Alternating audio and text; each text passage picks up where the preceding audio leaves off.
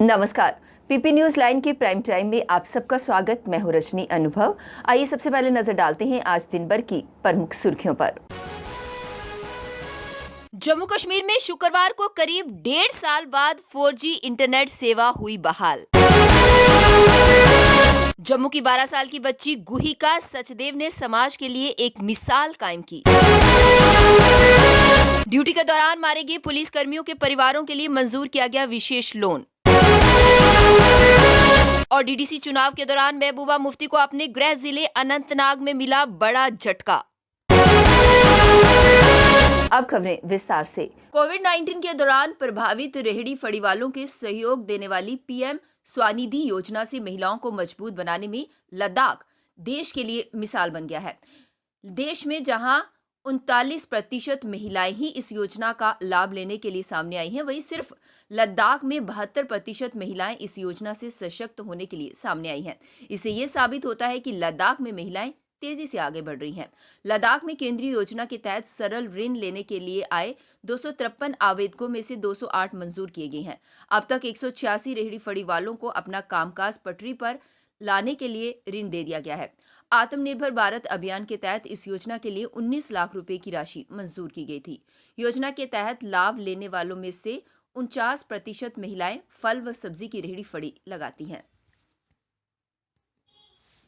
उत्तर कश्मीर के बांदीपुरा जिले में सुरक्षा बलों की संयुक्त टीम ने शुक्रवार को राखी हाजिन में पुख्ता सूचना पर कार्यवाही करते हुए आतंकी संगठन लश्कर के 3 मददगारों को गिरफ्तार किया है। उनके पास से 3 हैंड ग्रेनेड, AK-47 की एक मैगजीन व 21 कारतूस बरामद किए गए हैं। पुलिस ने मामला दर्ज कर जांच शुरू कर दी है। पुलिस के एक अधिकारी के अनुसार पुख्ता इनपुट के बाद 13 राष्ट्रीय राइफल्स और सीआरपीएफ की 45वीं बटालियन की संयुक्त टीम ने राखी हाजिन में संयुक्त सुरक्षा अभियान चलाया। इसमें आतंकियों के 3 मददगारों को हथियारों के साथ गिरफ्तार कर लिया गया। इनकी शिनाख्त बशीर अहमद मीर, इरफान अहमद भट्ट और हिलाल अहमद पारे के रूप में हुई है। ये सभी हाजिन के रहने वाले हैं। जम्मू कश्मीर में शुक्रवार को करीब 1.5 साल बाद 4G इंटरनेट सेवा पूरी तरह से बहाल हो गई। केंद्रीय गृह मंत्रालय से हरी झंडी मिलने के बाद प्रवेश गृह विभाग ने हाई स्पीड इंटरनेट पर पाबंदियां हटाने के आदेश जारी कर दिए। देर रात मोबाइल कंपनियों ने 4G सेवा बहाल भी कर दी। अलबत्ता प्रीपेड कनेक्शन के लिए उपभोक्ताओं को निर्धारित सत्यापन प्रक्रिया से गुजरना होगा। देर शाम गृह विभाग की सुरक्षा एजेंसियों के अधिकारियों के साथ बैठक भी हुई। वहीं उपराज्यपाल मनोज सिन्हा ने प्रधानमंत्री नरेंद्र मोदी और गृह मंत्री अमित शाह का आभार जताया। उन्होंने कहा कि इससे पूरे प्रदेश के लोगों, विशेषकर युवाओं की उम्मीदें पूरी होंगी। उधर राजनीतिक नेताओं, सामाजिक और व्यापारिक संगठनों ने भी इसका स्वागत किया है। अनुच्छेद 370 के साथ जम्मू कश्मीर तेजी से बदला और इसका असर सियासत पर साफ दिख रहा है। ऐसे में अलगाववादी एजेंडे के सहारे सियासत से आगे बढ़ने वाले नेताओं की चुनौती और भी बढ़ गई है। अब नेशनल कॉन्फ्रेंस में भी बदलाव के साथ तेजी से आगे बढ़ने की कशमकश साफ दिखाई दे रही है। एक गुट पूरी लड़ाई राज्य के दर्जे पर केंद्रित करने के पक्ष में है, वहीं एक धड़ा अभी भी ऑटोनॉमी और अनुच्छेद 370 की बहाली के मुद्दे पर अटका है। यही मतभेद नेका में मनभेद का कारण बनते दिख रहे हैं। शीर्ष पार्टी नेताओं की खींचतान को देखते हुए पार्टी नेतृत्व इन मुद्दों से आंख चुराता दिख रहा है। पुलिस मुख्यालय ने ड्यूटी के दौरान मारे गए पुलिस कर्मियों के परिजनों के लिए विशेष लोन मंजूर किया है। इसके अलावा कई पुलिस कर्मियों को स्वयं या परिवार के सदस्यों के इलाज के लिए भी विशेष लोन देने की घोषणा की गई है। आदेश के तहत ड्यूटी के दौरान जान गंवाने वाले पुलिस कर्मियों के परिजनों के लिए 55 लाख रुपए विशेष लोन के तौर पर मंजूर किए गए हैं। ड्यूटी पर तैनात 13 पुलिस कर्मियों के इलाज के लिए 8.5 लाख रुपए का लोन दिया जा रहा है। हेड कांस्टेबल गुलाम हसन और selection grade constable Mohan Singh के परिजनों को 20-20 लाख रुपए का विशेष लोन मंजूर किया गया है। कश्मीर में टेरर फंडिंग के सिलसिले में राष्ट्रीय जांच एजेंसी ने क्रॉस LOC ट्रेड से जुड़े एक व्यापारी के श्रीनगर स्थित ठिकानों की शुक्रवार को तलाशी ली। NIA की टीम ने व्यापारी के ठिकानों से कुछ दस्तावेज भी जब्त किए हैं।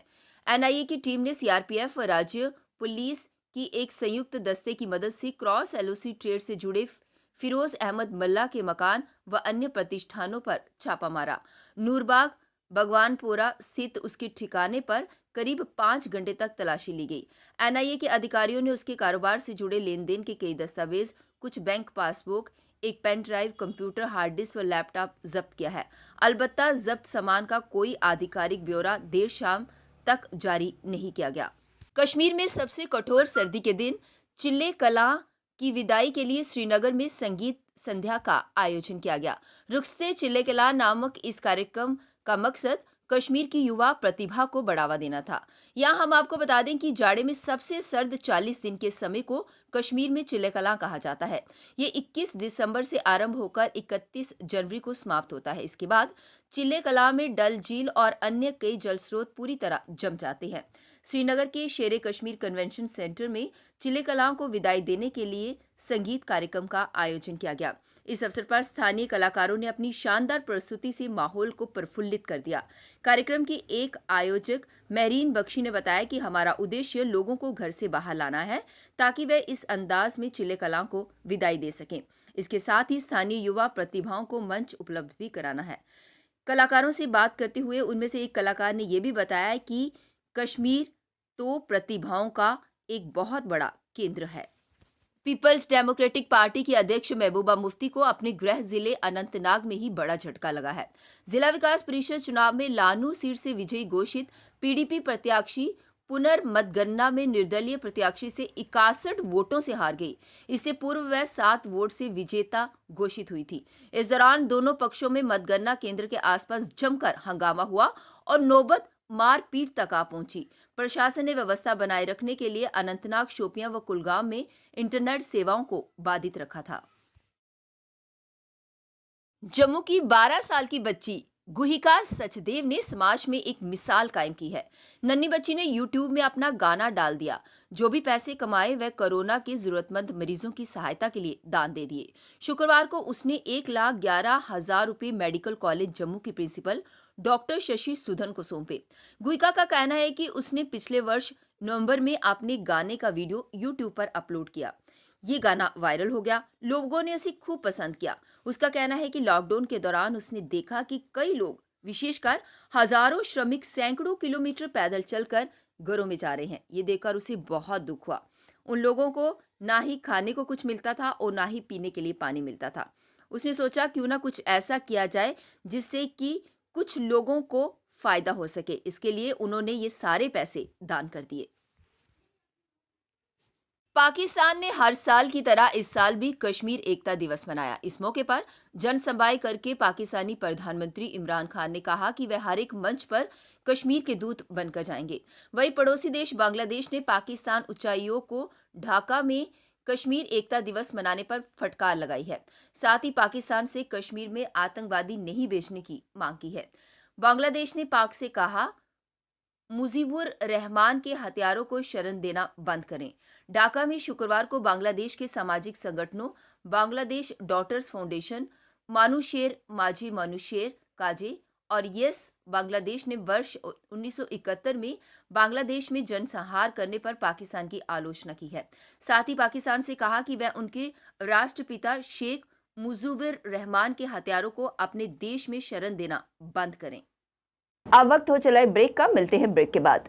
मजबूती की पहचान ACC cement, messrs Bishandas Jaswal and sons, authorised stockist, ACC cement, 45 transport Nagar, Jammu. Break के बाद एक बार फिर आपका स्वागत। इससे पहले कि अगली खबर की तरफ बढ़े, देखते हैं आज का मुद्दा ये है कि जल शक्ति विभाग में कोई काम हो ही नहीं रहा है। लोग पानी की बूंद बूंद को तरस रहे हैं, जबकि विभाग के अंदर 40 से अधिक एग्जीक्यूटिव इंजीनियर्स की पोस्ट खाली है और सरकार एडिशनल चार्ज दिए जा रही है। 40 से अधिक प्रमोशन होने हैं, लेकिन सरकार को आखिर किसका इंतजार है?